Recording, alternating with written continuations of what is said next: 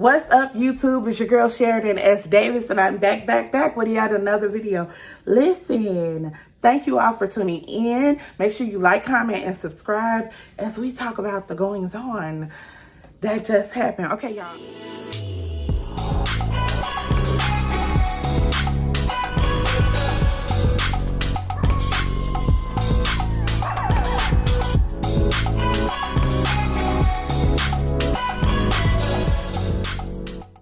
Okay, y'all, I just got off of Layla Lynn's live. If y'all notice, my hair is different than it was from the live. Why? Because I already recorded this video. I did all that recording. I recorded it twice and it's gone. So hopefully I can have that same energy this time because the videos were good. Anyway, I did a panel with Layla Lynn. Ty said what I said. And I think it's called, her channel is called Wine and Chill. And it was a good time for me. I had a good time. Now, some of y'all was trying to eat me up in the comments. We do not care.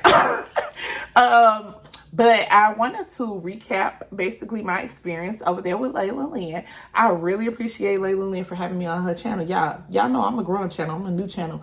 And she had a small YouTuber on her channel. She has 360,000 subscribers.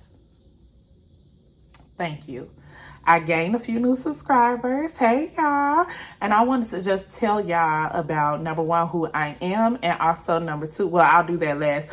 And I also wanted to tell you guys about my experience on there. So I really appreciate it. Layla hit me up and asked me to be on her panel.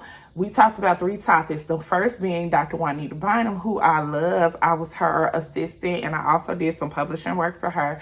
I was her assistant for 3 years, and I talked about that on there. Yeah, so we talked about the fact that I think the title for that segment was Juanita Bynum Exposed. It wasn't, you know, we have to do things to draw the people. The truth of the matter is, she said that what Bishop told y'all can listen to secular music and still be saved or something like that. And so that went viral for some reason. That is not a new train of thought. So I don't know why it went viral this time, but it went viral. You know, back in the day in the holiness churches, you couldn't listen to secular music. Like, it was, the people weren't going to the movies. You couldn't listen to secular music. It was really generational. Whereas now it's like, baby, everybody do what they want to do. Everybody do what they want to do. And if you say something wrong, baby, you wrong and you the one going to hell. It didn't used to be that way in the church. So I feel no ways. I felt like that is her opinion, her moral code, and she is entitled to that.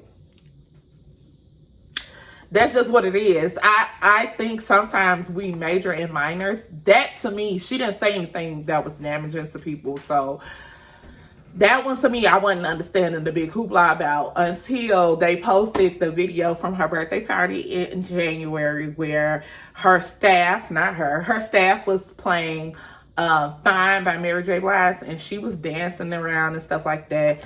And yeah, so they felt like she was being a hypocrite. Y'all,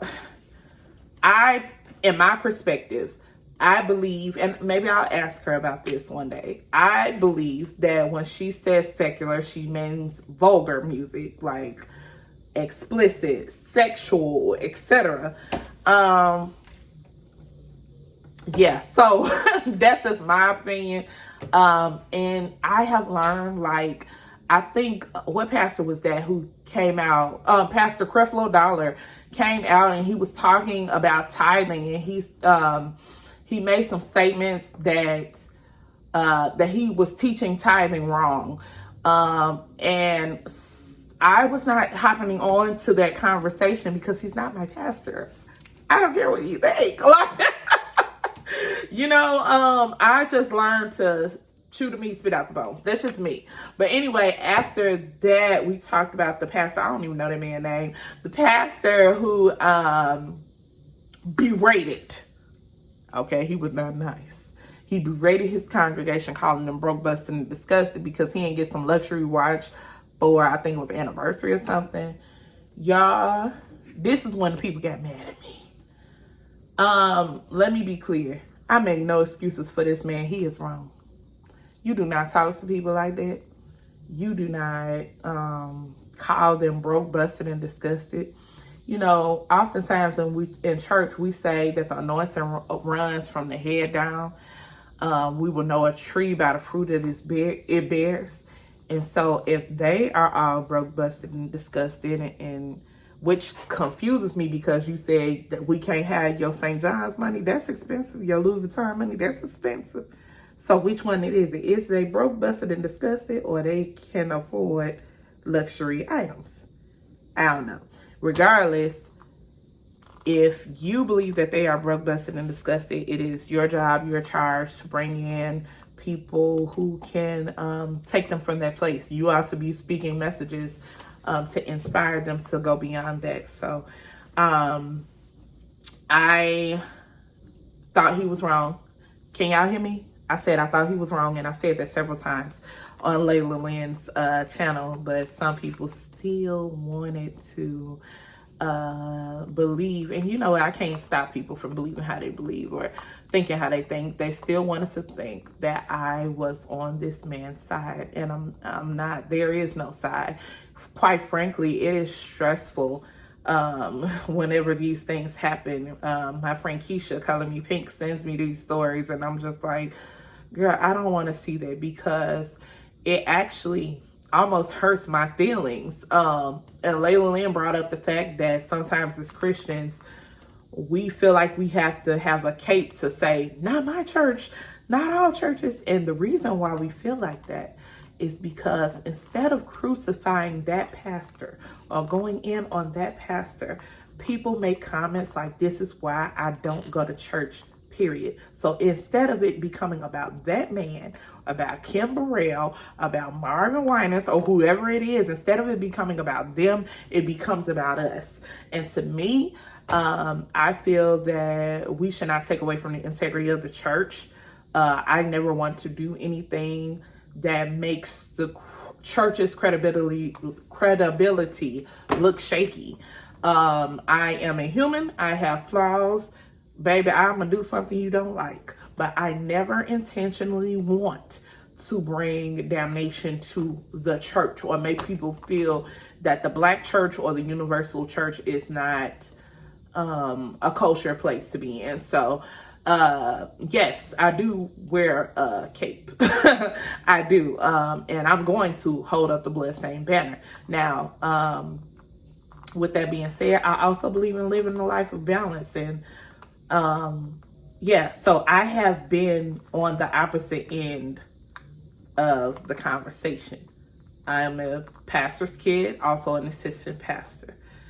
I know what it's like where we're having Mother's Day and people are calling, you know, we're trying to celebrate my mother and people calling my daddy with their problems.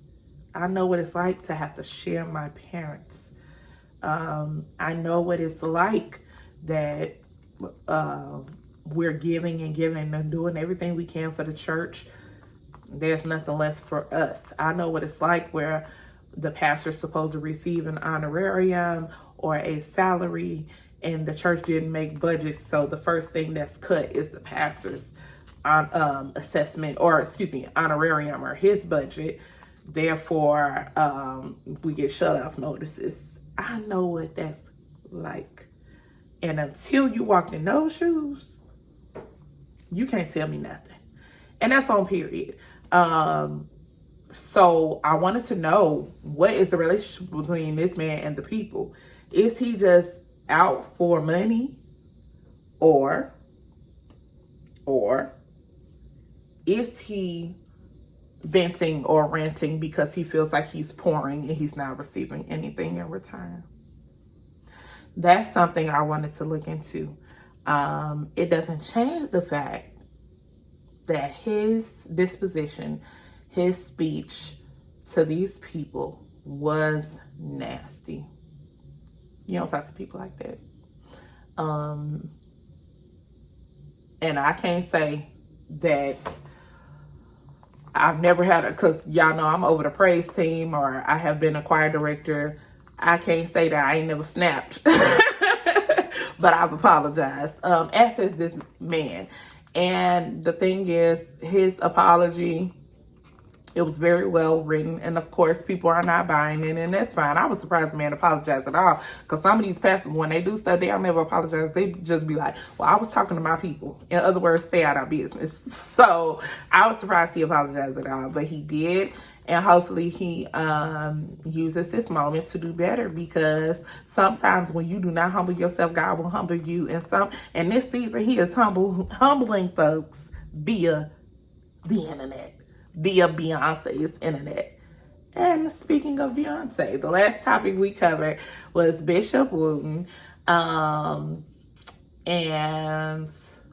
he was saying that Beyonce committed sacrilege. She has sold her soul to the devil, which that I want us as Black people. I don't know if that lady sold her soul to Satan himself and signed it in her blood. I don't know what she did. But it seems to me, outside of Beyonce, that Black folks who have money are always accused. Black folks who have money and are in the entertainment industry are always accused of selling their soul to the devil. Can they not be blessed? Can they not have worked hard? It got to be the devil. I don't know. Y'all get below in the comments and tell me what y'all think about that. Anyway, he said she committed sacrilege, which technically she did. She took something that was sacred, a sacred song, which was Center Thy Will by the Clark Sisters, and created a secular song from it called Church Girl. Okay. Now listen, I ain't gonna hold y'all.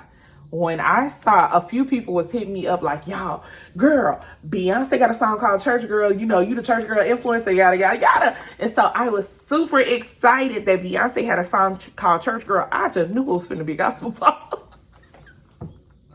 Imagine my surprise when I turned on Church Girl and she drop it like a thotty, drop it like a thotty. When I tell y'all that thing took me out, I was asked, is that my life?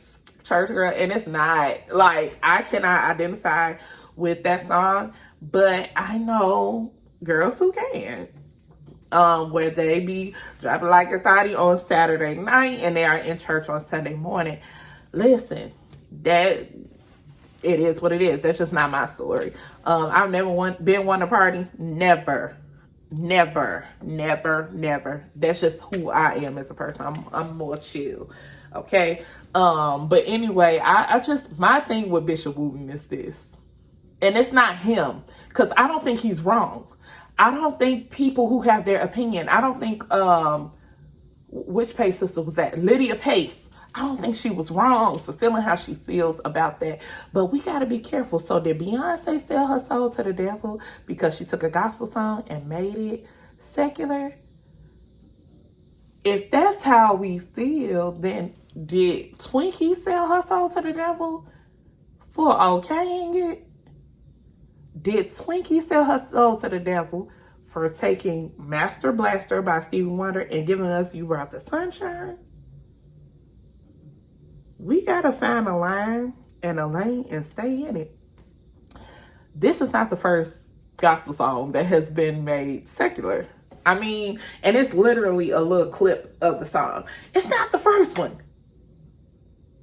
I feel, and first of all, I feel that she was paying homage to Twinkie by having this apart. This album is called Renaissance. She is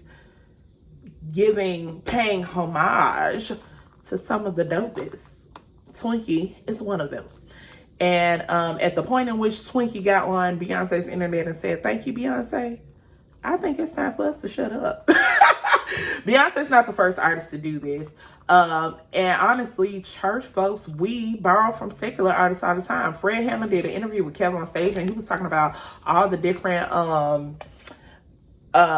secular songs that he has borrowed things from. Kirk Franklin has sampled secular songs.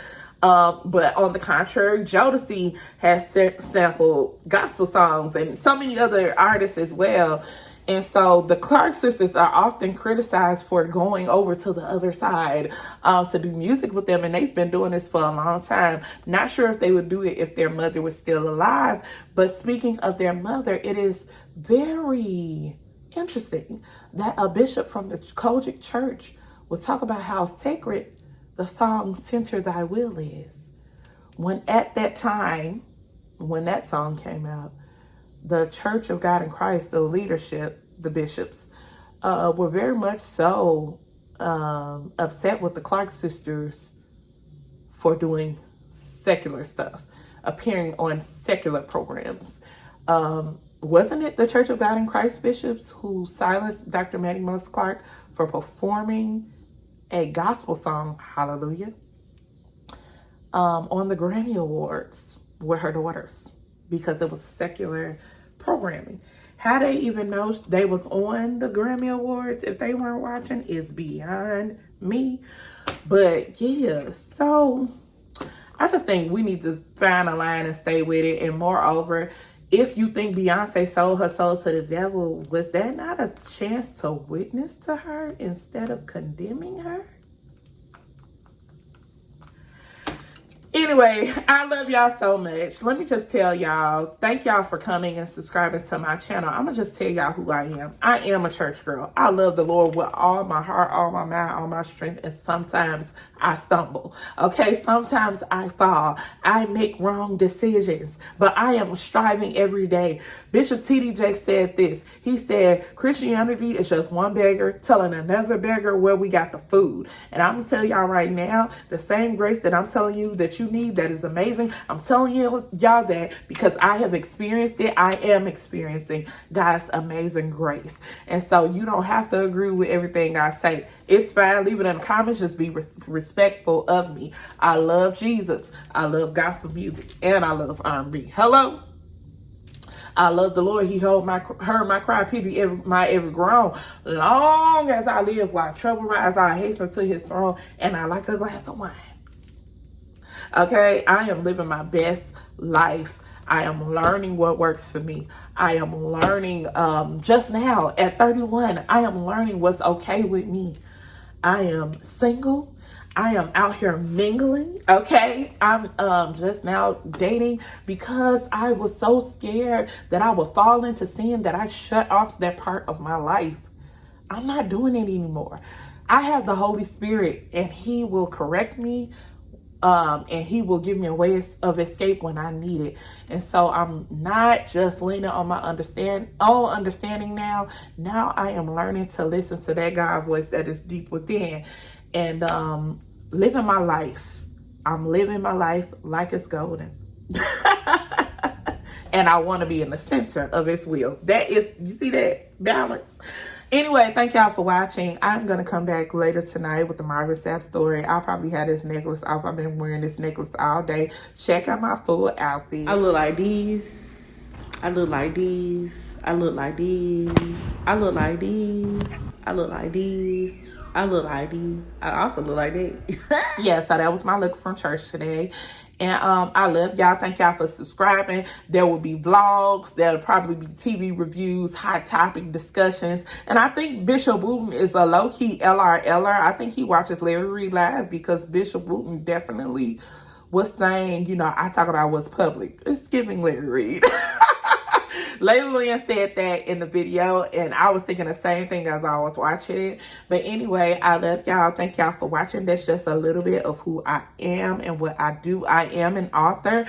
I am saved, sanctified, filled with the Holy Ghost, but not all my characters are. So check me out. The series that I'm most known for is the Church Girl series. Check out my books. I love y'all. I ain't here to condemn y'all. I'm here to make y'all laugh, to inspire y'all, and let's just have a good time. All right? Life is stressful enough.